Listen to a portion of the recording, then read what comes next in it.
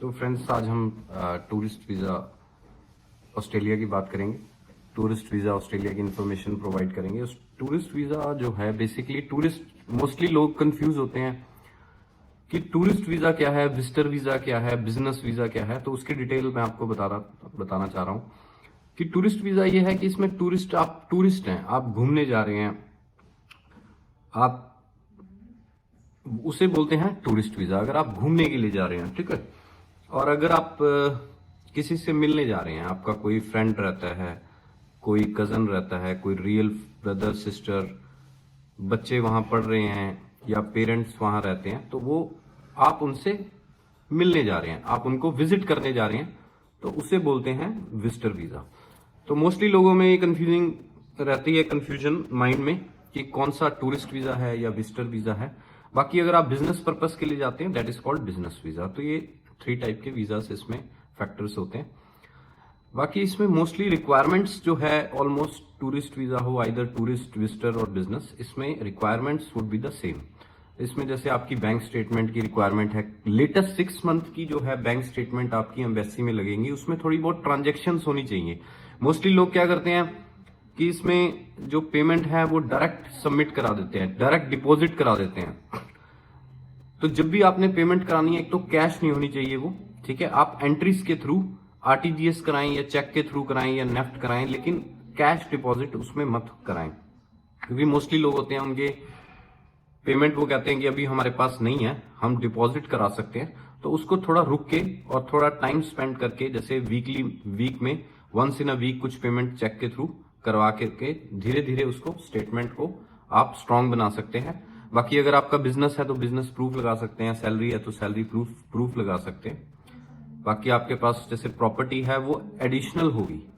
सबसे main point है कि कई लोग सोचते हैं कि हमारे पास करोड़ों की प्रॉपर्टी है तो वो हम लेकिन बैंक बैलेंस जो है, इसमें सबसे इंपॉर्टेंट रोल प्ले करता है बैंक बैलेंस।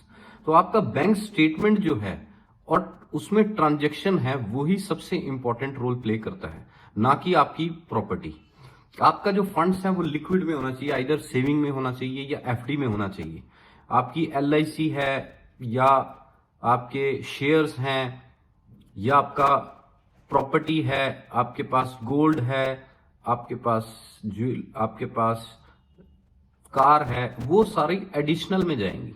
लेकिन मेन पॉइंट जो है वो है आपका बैंक बैलेंस, कि आपके पास आप घूमने के लिए जा रहे हैं। अगर मान लो सपोज आप वहां घूमने के लिए जाते हैं, ठीक है, तो आप अपना गोल्ड कैरी करके लेके थोड़ी जाएंगे कि हम वहां पर गोल्ड जो है अपना सेल आउट करेंगे, फिर हम वहां पर ट्रेवल करके घूमेंगे। तो ऐसा नहीं है। या आप अपनी प्रॉपर्टी थोड़ी लेके जाएंगे वहां पर, आपके पास हार्ड कैश होना चाहिए। आपने उनको ये प्रूव करना है कि हमारे पास इनफ बैलेंस है, सफिशिएंट बैलेंस है, वो सेविंग में होना चाहिए। एफडी भी सेकंड पॉइंट रखिए, मेन सेविंग है कि आप इमीडिएटली उसको आप विड्रॉ करा सकते हैं। अगर आपने टिकट लेनी है तो आप इमीडिएटली उसको विड्रॉ कराएंगे कैश को सेविंग से, और आप टिकट परचेज कर सकते हैं, ठीक है। और बाकी सेकंड पॉइंट जो मोस्ट इंपॉर्टेंट पॉइंट है, विजिटर वीजा में कई लोग सोचते हैं कि हमारे को स्पॉन्सर आई है, हमारे फ्रेंड ने या हमारे रिलेटिव ने हमें स्पॉन्सर किया है, तो उन्होंने बैंक स्टेटमेंट अपनी लगाई है। वो आपकी जितनी मर्जी बैंक स्टेटमेंट उनकी हो, करोड़ में हो, लैक्स में हो, वो इट डजेंट मैटर। आपकी बैंक स्टेटमेंट जो है वो सॉलिड होनी चाहिए, स्ट्रांग होनी चाहिए, तभी आपको वीजा मिलेगा। ये नहीं है कि आपको उन्होंने स्पॉन्सर किया है कि हमारे घर पे वो स्टे करेंगे और हमने अपनी बैंक स्टेटमेंट लगा दी, ऐसा नहीं है। जो इंडिया में वीजा जिसने आपने अप्लाई करना है, ठीक है, तो आपकी जो है फाइल चेक होएगी कि आपका बेस क्या है, आपके पास कितने पैसे हैं, ठीक है, आपके पास इनफ बैलेंस है वहां पर घूमने का, उनसे मिलने का, टिकट का, इंश्योरेंस का, ठीक है। तो ये जो है मोस्ट इंपॉर्टेंट पॉइंट है। कई लोग सोचते हैं कि भाई हमें तो उन्होंने स्पॉन्सर किया है, उन्होंने बैंक स्टेटमेंट लगाई है, वहीं उनके हम घर पे रह रहे हैं, तो हमें बैंक स्टेटमेंट में, बैंक में कुछ पैसे हो या ना हो, तो हम जो है बिना स्टेटमेंट के अप्लाई कर देते हैं। तो वो बिल्कुल रॉन्ग है, राइट। बाकी कई लोग ऐसे होते हैं जो करोड़ में अपना सेविंग शो कर देते हैं और इनकी इनकम जो है, इनकम के डॉक्यूमेंट जो है लगाना भूल जाते हैं। तो ये सारी चीजें आपको टूरिस्ट विजिटर वीजा में बहुत इंपॉर्टेंट रोल प्ले कर देती है, क्योंकि हमारे पास कुछ केसेस ऐसे आते हैं, वो कहते हैं जी हमारे तो सेविंग अकाउंट में 1 करोड़ है बैलेंस, लेकिन फिर भी हमारा एम्बेसी ने वीजा रिजेक्ट कर दिया। तो एम्बेसी ये नहीं देखेगी आपका 1 करोड़ है, लेकिन वो उसका सोर्स भी होना चाहिए कि आपका 1 करोड़ कहां से आया। आप एकदम से 1 करोड़ डाल दोगे, 50 लाख 20 लाख ऐसे नहीं, आपकी ट्रांजेक्शन होनी चाहिए, चेक के थ्रू आनी चाहिए, ये सारी चीजें मैटर करेंगी।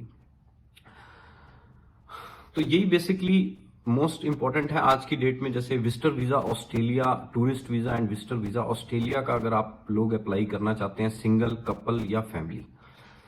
लेकिन इसमें एक और इम्पोर्टेंट पॉइंट है कि अगर कोई फैमिली वाला है, कई लोग ऐसे होते हैं उनके बच्चे भी होते हैं, उनकी वाइफ भी होती है, लेकिन वो फिर भी सिंगल अप्लाई करते हैं, वो बहुत गलत चीज है।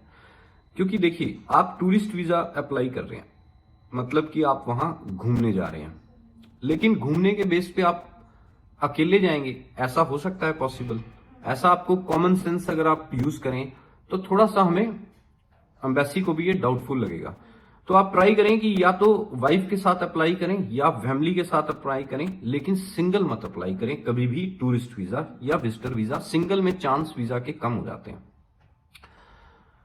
तो ये इंफॉर्मेशन जो है बेसिकली हम टूरिस्ट में और विजिटर वीजा के लिए प्रोवाइड करना चाह रहे हैं कि अगर आप ये चीजें नोट कर लेते हैं और इनके थ्रू अपनी फाइल अप्लाई करते हैं तो आपकी फाइल जो है डेफिनेटली जो है आपको वीजा मिलने की चांसेस रहेंगे।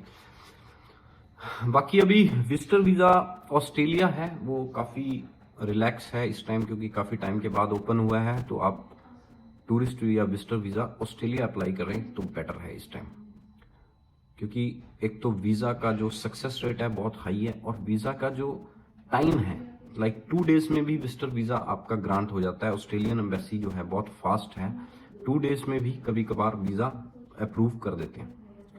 तो आप ट्राई कीजिए कि विजिटर वीजा और टूरिस्ट वीजा आप ऑस्ट्रेलिया का अप्लाई अगर करना चाहते हैं तो कर सकते हैं। Thanks for the information.